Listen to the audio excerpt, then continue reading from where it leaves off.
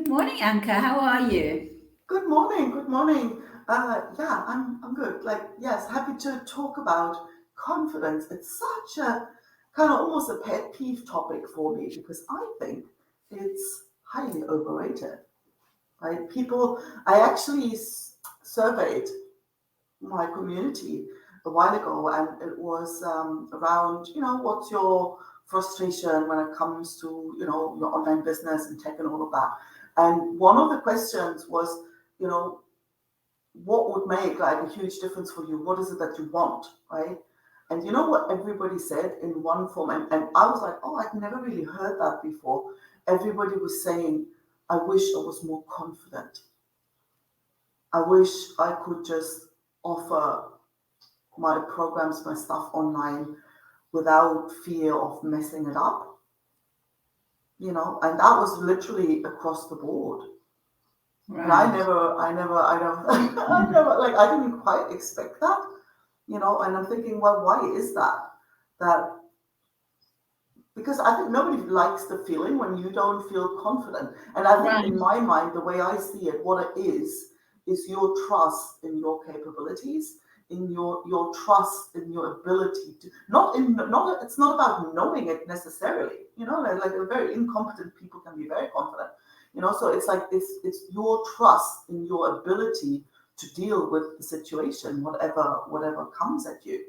And for most people, that is driven by your level of competence, because it's like when I see that, when I know that I've done this a bunch of times before, then it's easier for me to trust that I can do it again. Mm-hmm. So Right. whereas in essence, like, it doesn't matter. Like, you see a lot of I've had some very confident people tell me about what's wrong with my car when they clearly had no competence, right? So it's not required.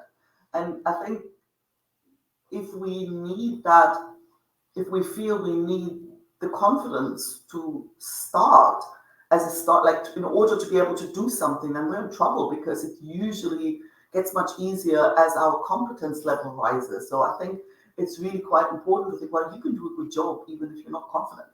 You just need to walk first, so you give yourself a chance to gain the competence and the experience that makes that a lot easier. So I think it's highly overrated. What's your view on Right. So, yeah, I think you've brought up some beautiful little gems there that really, you don't need confidence to get a job, or you don't need to have confidence before you take on a task. Confidence or practice actually brings confidence. Practice makes confident. The more you do something, the more competent you become at it and the more confident. And I know with people who are looking for jobs or looking for relationships, nobody takes you to a job, or maybe I shouldn't say nobody. You don't usually get the job because you're confident that you can do the job, but rather it's impressive that you're willing to learn and practice and turn to someone and say, look, I need your support in helping me with this, or there's too much on my plate right now. I need more support with this. And that's what confidence is. It's being able to ask, and it's being able to repetitively do a job that will give you the competence. You don't, that's what riding a bicycle is all about, right? You become more it? confident as you practice it more. So Yeah. practice is what really gives you confidence. It's not something you necessarily need to start off with. I think you can't. Like, I mean, if you start off confident, it's kind of, well, then you're pretty arrogant, kind of thing. Like, well, not arrogant, but it's like just yeah. I think it is in that sense related, that experience and competence just makes it a lot easier to convince yourself that you'll be able to deal with it again when it comes at you. And I think Right. it also what you just I really love what you just said about, it's not just about knowledge, it's also about being creative, or finding other ways to figure things out, which could involve asking Exactly. somebody, right? Or basically getting help in some way. But I think Exactly. that whole being stuck in that chicken and egg loop Right. happens quite a lot. People don't move forward because they're not confident, but you can't get confident if you're not moving and actually get to see that even if you don't think you know what you're doing, you can figure things out, and and you can learn, and you can make mistakes, for God's sake. Right? Because I think at the end of the day, what's the big deal? That's that. I think it comes really into that fear of failure, because, well, if you haven't got confidence, well, I can learn. I think it's even the confidence in that, because if you don't know, you can go out and learn, and you can make some mistakes and fall on your face. Well, so what's the big deal? But if you fear that, then you're not going to step out knowing that you don't know. Then you So try and know it that's first, also right? where I think one should focus is on that fear. Mm. And very often, I know with my clients, they want to say, I'm afraid of. And I say, let's not complete the sentence. Let's just feel in your body when you feel that fear. Let's feel what that fear is all about. And a lot of the times, our fear is around, it's such an old feeling in terms of when we lived in tribal communities, where if we said something and we failed, we could be kicked out of the tribe, and that actually meant death. Whereas here, if we botch in public speaking, or we advertise something that we're doing and nobody signs up, it's okay. Yeah, let's deal with that feeling, but it doesn't mean death. Yeah. And then, can we try that again? Do we need to tweak it? And that's what I find in relationship work. The more vulnerable we can become when we feel safe with someone, the more genuine the contact, the more intimate we can be. She puts it so beautifully, I think it's Brené Brown, that vulnerability is what creates intimacy. It's not, oh, I know this, because that just pushes people away. I'm all Mr. Confident. But saying, no, there's certain things I don't know, and I'm willing to learn. And these are where my challenges are. That makes so much sense, and it actually happens again. As we discover, there's a pattern there, that it happens across other areas of life too. If you look at if you look to hire a coach or something, somebody actually even talked about this on LinkedIn yesterday, where it was like, okay, when somebody comes across as overly confident and I have all the answer, like the Google model. Oh, I remember, yeah, it was Nikki Bartley over on LinkedIn. And it's almost off-putting, right? Because you can't sense the person.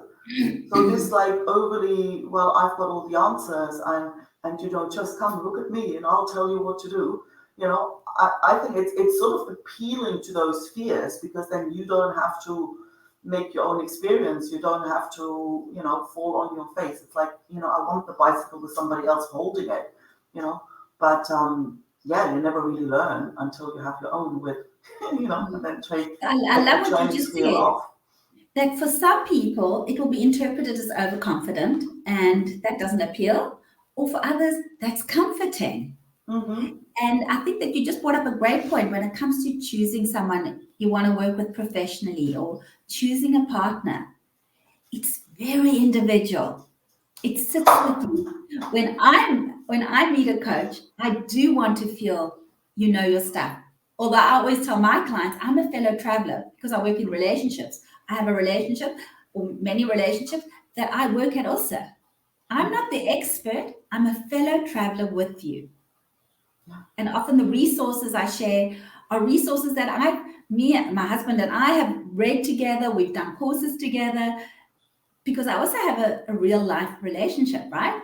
So I think that's a very valuable point, that for some people it might be off-putting, but it's okay. Confidence, and other people, that's just what I need. It gives me a cushioning, and very often those relationships might serve a purpose for a time, because then, as you say, you might feel more confident to, you know what, I'm good now, thank you, I can take that step by myself. But you help me get to being able to take that step. So I love that point, and I think it's very valuable that it's very individual when you work. And I think when you were just talking, like, what popped to mind, how transient it also is. Like, it's not, it's something that you have there on the shelf and now I have it. So it's like, even around the same topic, right? Even around in the same context. Like, I think it very much depends on where you're at when you get up in the morning. Because like you can have total confidence 1 minute and shaking like the next. So it's so transient that I'm like, well, okay, if it's there, it's welcome. If it's not there, fine too. So I think it's just not something that has It's deserves the the stage that power we're to stop us. at the time. Right. Yeah. Thank you, Anka. This is another interesting discussion. Thank you so much. Well, thank you. Thank you. And I'll look forward to the next one. Yeah, me too. Bye. Bye.